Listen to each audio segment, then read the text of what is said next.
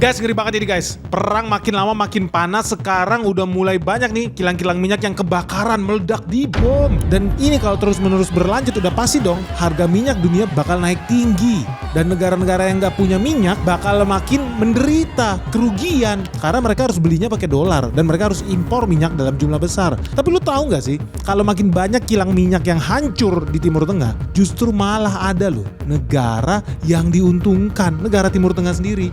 Makin banyak kilang hancur, negara ini makin cuan, padahal dia nggak punya minyak bumi.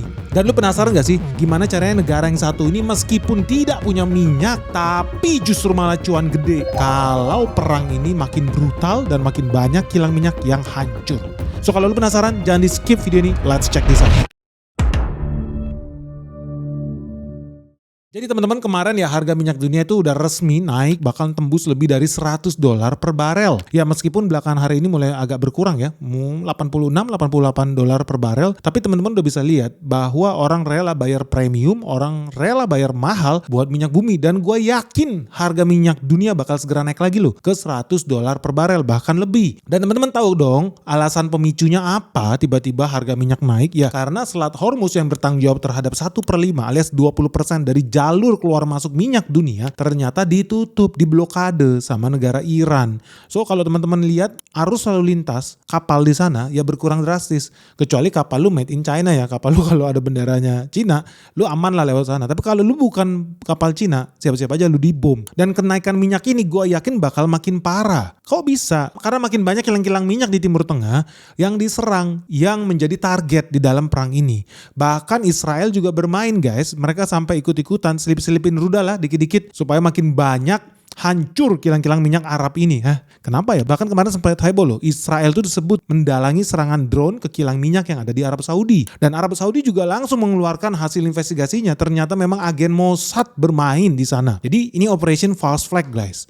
Mereka mencoba meledakkan kilang-kilang minyak terus nanti dituduh Iran adalah pelakunya. Nah lu harus bertanya-tanya, kenapa Israel ngebet banget ya ngebom kilang-kilang minyak sekutunya dia sendiri? Kan dia best friendnya Arab Saudi, ngapain dia bom ya? Tapi sebetulnya trigger utamanya apa guys? Kenapa tiba-tiba orang saling berlomba ngebom ya kilang minyak satu sama lain? Sebenarnya trigger utamanya adalah di Israel itu sendiri. Karena serangan kilang minyak itu Iran enggak. Iran tuh ngebom pangkalan-pangkalan militernya Amerika Serikat yang ada di Teluk, yes. Tapi apakah dia ngebom instalasi minyak? Tidak. Mereka baru mulai melancarkan serangan ke kilang-kilang minyak negara Teluk setelah Israel ngebom kilang minyaknya Iran sendiri. Dan ini bikin Donald Trump marah.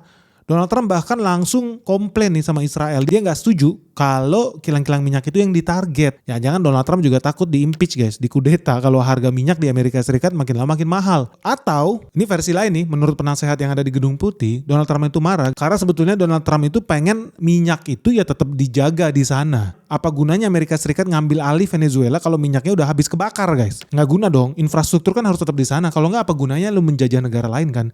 Makanya nggak untung kalau lu menang perang itu pakai nuklir. Fasilitas, infrastruktur semua hancur, terus buat apa menjajah negara itu? Udah nggak ada lagi. Rumah, hotel, tempat tinggal, listrik nggak worth it buat dijajah negara seperti itu. Makanya paling efektif kalau lu mau rebut negara orang pakai bioweapon guys. Atau ya tadi lu matikan salah satu infrastrukturnya. Atau pakai cara lain yang lebih efisien sehingga infrastruktur tetap intact. Lu tetap bisa jadi penguasa, lu tetap bisa menjajah rakyat tersebut tanpa lu merusak negara itu. Tanpa lu merusak bangunan-bangunan fasilitas yang ada di negara itu. Dan makanya Donald Trump sampai berulang kali, dia pengen menyelamatkan minyak di situ. Dia pengen ambil minyak di situ. Dia nggak mau membakar minyak di situ. Jadi buat apa dibom? Apa gunanya habis itu menguasai Iran dong? Dan makin gawat lagi kalau makin banyak kilang-kilang yang kebakar, ujung-ujungnya harga minyak dunia bakal naik. Dan Donald Trump tentu nggak mau dong popularitas dia hilang guys. Gara-gara ya pencoblos. Lu inget ya fungsinya manusia di planet bumi ini kan cuma jadi budak politisi ya.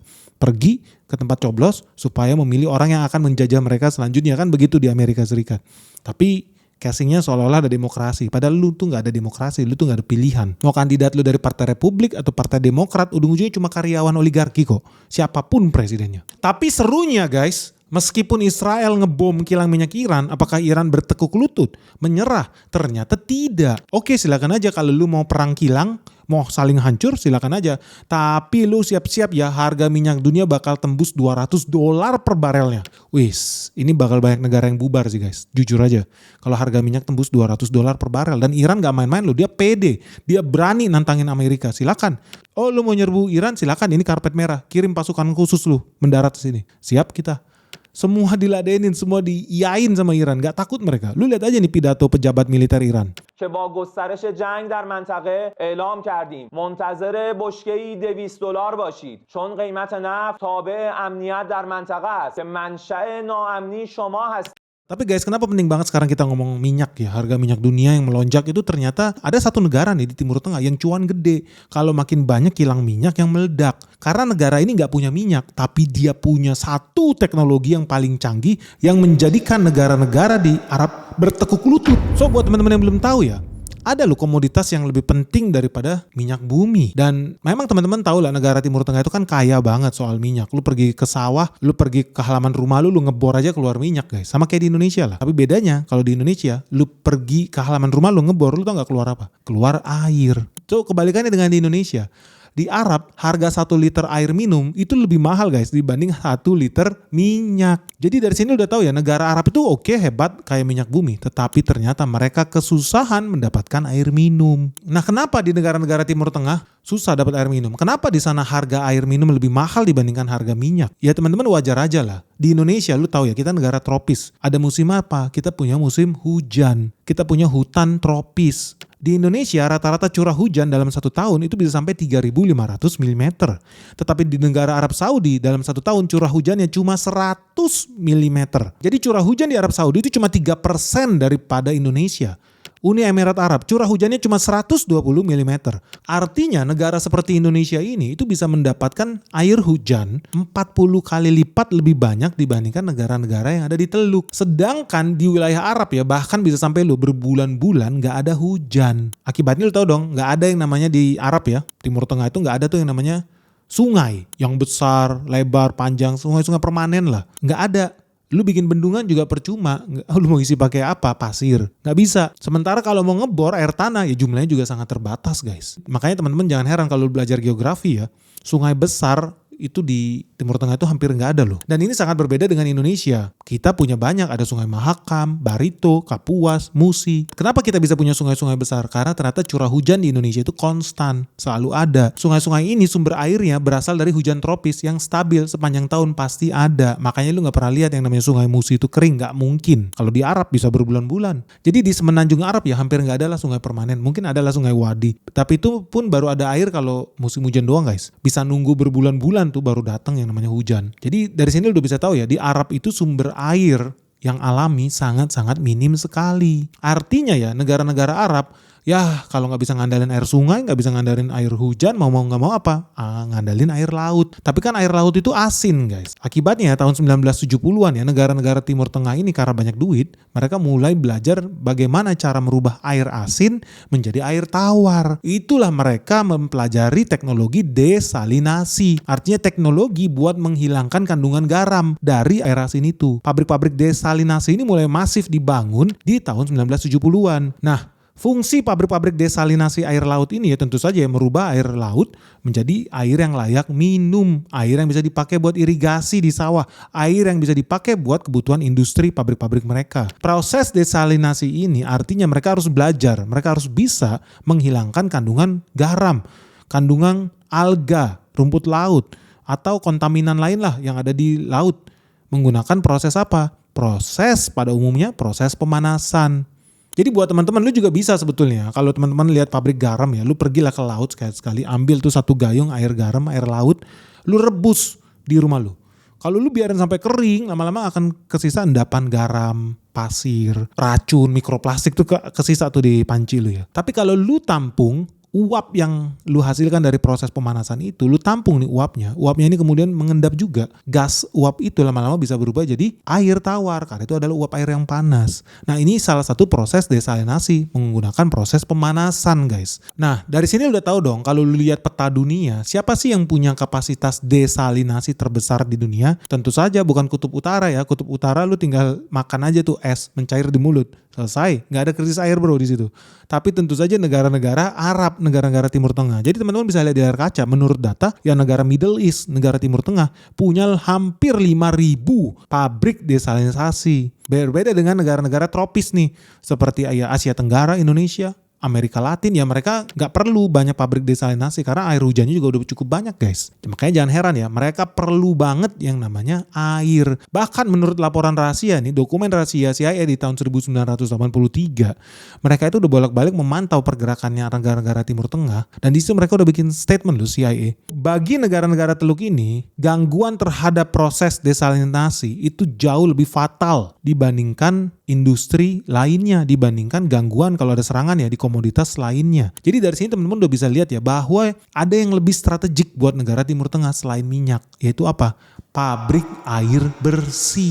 Dari sini udah tahu dong apa yang mau gue bahas di sini. Artinya begitu pentingnya lah proses desalinasi air ini sehingga banyak negara-negara teluk seperti Kuwait, Oman, Arab Saudi yang bergantung dari sini. Contoh paling gampang ya Uni Emirat Arab. Air minum mereka guys itu 42% bersumber dari pabrik desalinasi ini. Di Kuwait itu sampai 90%. Di Oman 86%. Di Saudi Arabia itu 70%. Jadi lu bisa bayangin ya negara-negara ini mau gak mau kalau mau tetap hidup rakyatnya ya harus punya pabrik air minum ini, pabrik desalinasi ini. Dan dari sini lu bisa lihat ya bagaimana mereka itu sangat bergantung. Jadi ada ketergantungan terhadap teknologi desalinasi ini. Bahkan menurut laporan dari Wall Street Journal guys, Israel aja negara di Timur Tengah juga nih, 80% air minum mereka ya pakai proses desalinasi ini guys. Jadi dari sini teman-teman tahu ya bagaimana pentingnya desalinasi itu. Bahkan ya tadi ya Israel aja sampai 80% loh air minum dia dari desalinasi. Tapi bener gak sih data yang kita punya, bener gak sih CIA ini ngomong atau asal aja nih? Coba kita lihat ya, sambil satu contoh negara Arab Saudi. Teman-teman tahu gak? Di Arab Saudi itu kebutuhan airnya itu lebih dari 40 juta kubik loh setiap hari. Nah ternyata berdasarkan data kebutuhannya 40 juta kubik. Tapi data menunjukkan yang bisa disuplai oleh pabrik desalinasi ini cuma 10,8 juta kubik. Berarti ada selisih hampir 30 juta. Dari mana ya asalnya? Ternyata berdasarkan data teman-teman bisa lihat di layar kaca 78% sumber air di Arab Saudi itu berasal dari air tanah. 22% berasal dari air desalinasi. Artinya kalau seandainya diganggu nih pabrik-pabrik air ini nggak ada masalah dong ya buat negara-negara model Arab Saudi ini, orang mereka bergantung pada air tanah. Tunggu dulu guys. Dan ini penting buat orang-orang Iran nonton video Benix. Kenapa? Karena meskipun kebutuhan dia 40 juta lebih per hari, produksinya 10 juta kubik sehari. Berarti masih banyak yang dari air tanah loh, 30 juta lebih. 30 juta kubik per hari bisa disuplai dari air tanah. Tapi tunggu dulu guys. Lu tahu nggak dari 40 juta kebutuhan konsumsi mereka setiap hari, ternyata hampir 80% itu untuk sektor pertanian. Makanya mereka bisa pakai air tanah. 4% untuk industri dan pabrik. Sisanya sekitar 20% itulah yang dipakai buat konsumsi rumah tangga. Jadi sebetulnya yang menghabiskan air paling banyak itu bukan rumah tangga cuma 20%, tapi pertanian yang paling banyak menghabiskan air, dan itu pakai air tanah. Nah teman-teman kalau punya logika berpikir yang waras, artinya halo guys, ngeri banget ini guys. Market terus-menerus nyungsep, merah membara dan crash di mana-mana. Nah, buat teman-teman yang merasa bingung nih gimana cara melewati navigasinya nih. Peperangan yang terjadi di Iran bentar lagi buka cabang di Asia. Kalau lu nggak siap guys, lu jangan kaget kalau lu harus berpisah dengan harta kekayaan lu. Nah, terus gimana kalau teman-teman yang masih belum tahu dan belum tahu gimana caranya bersiap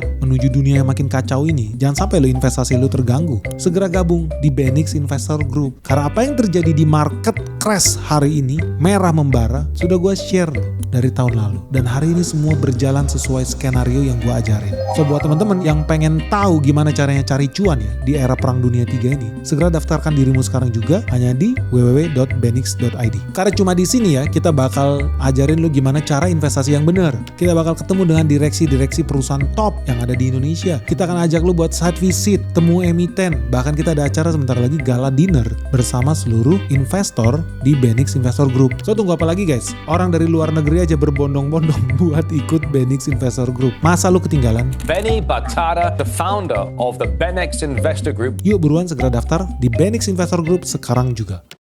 Nah teman-teman kalau punya logika berpikir yang waras, artinya air desalinasi yang cuma 10,8 juta itu jadi signifikan. Kenapa? Karena meskipun seolah-olah besar produksi airnya Arab Saudi, tapi ternyata yang bisa diminum bukan yang air tanah itu. Air tanah itu dipakai buat irigasi guys. Yang bisa diminum untuk air rumah tangga ternyata ya sekitar 10 juta meter kubik per hari itu adalah air desalinasi. Jadi dari sini teman-teman tahu, kalau seandainya kilang minyak Arab Saudi dibom, masalah nggak? Iya masalah, tapi akan lebih masalah lagi kalau pabrik-pabrik air minum ini yang dibom. Karena ternyata meskipun konsumsi desalinasi water ini cuma 20-an%, tapi ternyata itu semua yang pergilah ke rumah-rumah buat diminum, buat dipakai di restoran segala macam. Jadi vital nih sektor air bersih ini guys. Apalagi kalau teman-teman tahu ya, proses menciptakan air bersih, air laut jadi bersih bisa layak minum melalui proses desalinasi ini ada 2 cara. Yang pertama pemanasan, kayak lu pergi ke rumah lu aja, lu masak air laut, sisa garam, uap airnya lu tampung, itulah lama-lama jadi air yang lu bisa minum. Nah yang kedua itu ada proses tuh, memurnikan air laut yang asin itu pakai membran. Ini yang orang-orang bilang sebagai reverse osmosis guys. Jadi lu bikin lapisan-lapisan, kalau zaman dulu sih ada areng, ada jerami, ada pasir. Sekarang udah tambahin lagi ada membran, ada kaporit, segala macam ditumpuk. Terus dari atas lu tuang air nih. Di bawahnya lu tampung tuh air yang udah kefiltrasi. Nah, pakai reverse osmosis itu dikasih tekanan tinggi guys. Difilter berulang-ulang sampai kemudian kotoran-kotorannya hilang, sisa air minum yang bisa dipakai manusia. Nah, dari gambaran ini lu udah bisa kebayang dong. Berarti kalau pakai proses desalinasi yang menggunakan pemanasan api kompor yang kayak gue bilang itu, pasti Timur Tengah lebih seneng karena mereka punya oil and gas. Yes. Tapi lu kebayang nggak kalau seandainya kilang-kilang minyaknya makin banyak yang ngebom? Ujung-ujungnya mereka harus pakai yang reverse osmosis. Karena cuma perlu membran, nggak pakai energi, hampir lebih kecil lah energinya. Kita punya data kok. Kalau lu pakai thermal desalination, itu metode pemanasan, lu butuh energi sampai 16 kWh per meter kubik. Tapi kalau lu pakai metode reverse osmosis, energi yang dibutuhkan cuma 1/4-nya. Lu cuma butuh 4 kWh per meter kubik. Jadi teman-teman bisa lihat rasionya sih sangat masuk akal, 1/4. Lebih hemat energi dan nggak rentan. Rentan apa Pak? Rentan serangan rudal. Jadi jangan heran guys, kalau teknologi yang banyak dipakai negara teluk ya zaman dulu, itu kayak Saudi Arabia, United Arab Emirates, Kuwait, ya mereka menggunakan metode pemanasan ini, thermal desalination. Yang cara kerjanya, air laut itu dipanasin sampai menguap, terus uap airnya ditampung, dikondensasi menjadi air tawar. Ya memang sih ada kelebihan ya, ini sangat stabil suplai airnya dan bisa menghasilkan air dalam jumlah sangat besar, apalagi ya mereka punya minyak murah di sana. Tapi kekurangannya ya boros energi dan harus banyak bahan bakar yang dibakar. Sangat berbeda dengan Israel. Israel kan nggak punya minyak bumi.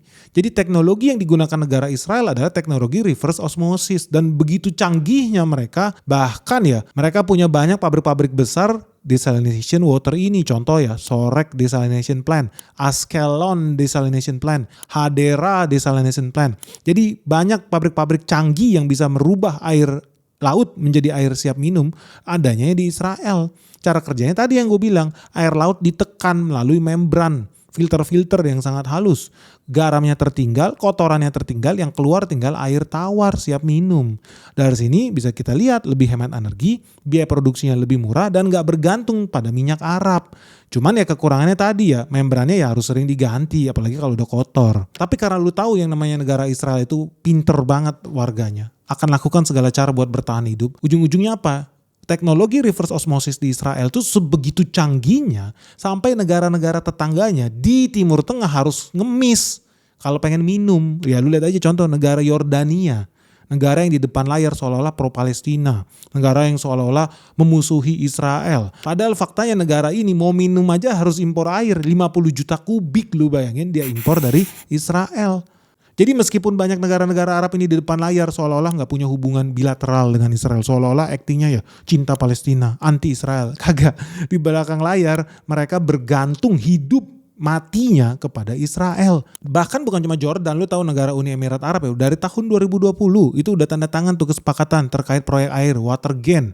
Ini udah teknologi baru lagi mengubah uap jadi air. Hebat nih. Jadi air yang ada di udara ini bisa ditangkap guys. Ini kelembapan yang ada di ruangan di Indonesia ini negaranya sangat lembab. Itu bisa ditangkap, dirubah jadi air minum. Canggih. Tapi ya sekali lagi di depan layar apa yang dilakukan Emirat Arab? Mengutuk serangan Israel di Gaza. Mengutuk serangan Israel di Masjid Al-Aqsa. Di depan layar guys. Di belakang layar kagak. Karena faktanya Israel itu bahkan sampai cuan 33,7 triliun setiap tahun dari ekspor teknologi pengolahan air laut ini. Kliennya siapa? Udah tentu lo tahu dong, negara-negara Arab, Amerika Serikat. Lu bayangin duit 2 billion dollar, 33 triliun. Setiap tahun mereka untung triliunan dari ekspor teknologi reverse osmosis ini. Hebat ya. So dari sini lu udah bisa lihat ya, memang faktanya negara-negara Arab ini memang punya pabrik desalinasi yang besar-besar di dunia ini. Tapi ternyata di belakang layar pun teknologinya yang paling efisien, yang paling sedikit kebutuhan energinya, tetap teknologi Israel. Makanya teman-teman jangan heran, ketika makin banyak kilang-kilang minyak di Timur Tengah yang meledak, Israel makin kaya raya guys. Karena sekarang negara-negara Arab nggak bisa lagi mengandalkan thermal desalination, pemanasan itu buat ngilangin sampah-sampah itu, buat ngilangin garam itu, buat mendapatkan uap air itu. Sekarang mereka jadi harus bergantung pada teknologi Israel. Jadi teman-teman udah tahu dong next step siapa yang bakal cuan. Jadi jangan heran kalau belakangan ini banyak negara-negara teluk yang bertransisi ke reverse osmosis untuk dapatin air bersih. Contoh nih, Arab News ini masih fresh from the oven loh. Mereka baru aja buka kabar bahwa teknologi water desalination yang selama ini menggunakan teknologi pemanasan termal itu mulai ditinggalkan.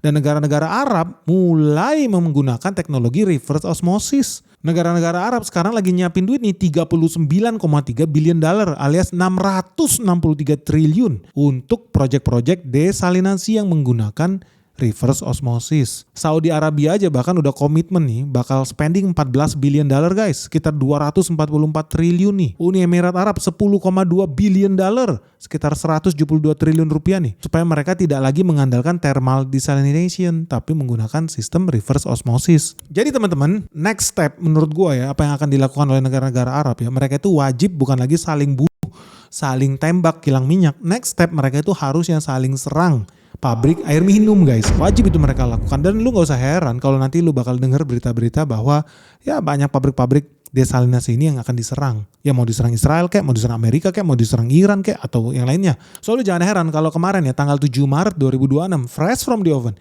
Menteri Luar Negeri Iran kaget Amerika kok nyerang pabrik air minum mereka, water desalination mereka. Dan ini berdampak ke 30 daerah, desa-desa kecil yang ada di Iran. Lu bayangin ya, Syed Abbas Araghchi, Menteri Luar Negeri Iran itu sampai bilang United States sudah melakukan tindakan kriminal karena mereka menyerang pabrik air bersihnya Iran yang ada di Qasem. Suplai air di 30 desa jadi terganggu. Dan menurut Menteri Luar Negeri Iran, serangan terhadap infrastruktur Iran ini sangat berbahaya dan akan menghasilkan konsekuensi yang fatal. Amerika Serikat buat ini jadi presiden, artinya contoh.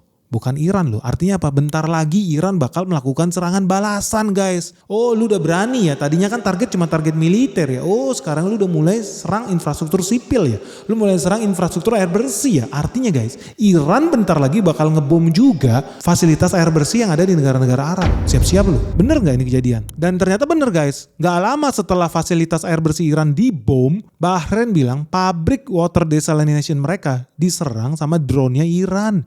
Dikonfirm nih New York Times, Los Angeles Times juga bilang Bahrain udah confirm Teheran sudah menyerang pabrik water desalination mereka. Dan serangan ini dikonfirmasi oleh Menteri Dalam Negeri Bahrain. Mereka bilang apa? Serangan Iran sudah merusak pabrik desalinasi air yang ada di Bahrain. Jadi dari sini teman-teman bisa lihat ya, ini presiden contoh yang menurut gua gak baik sih.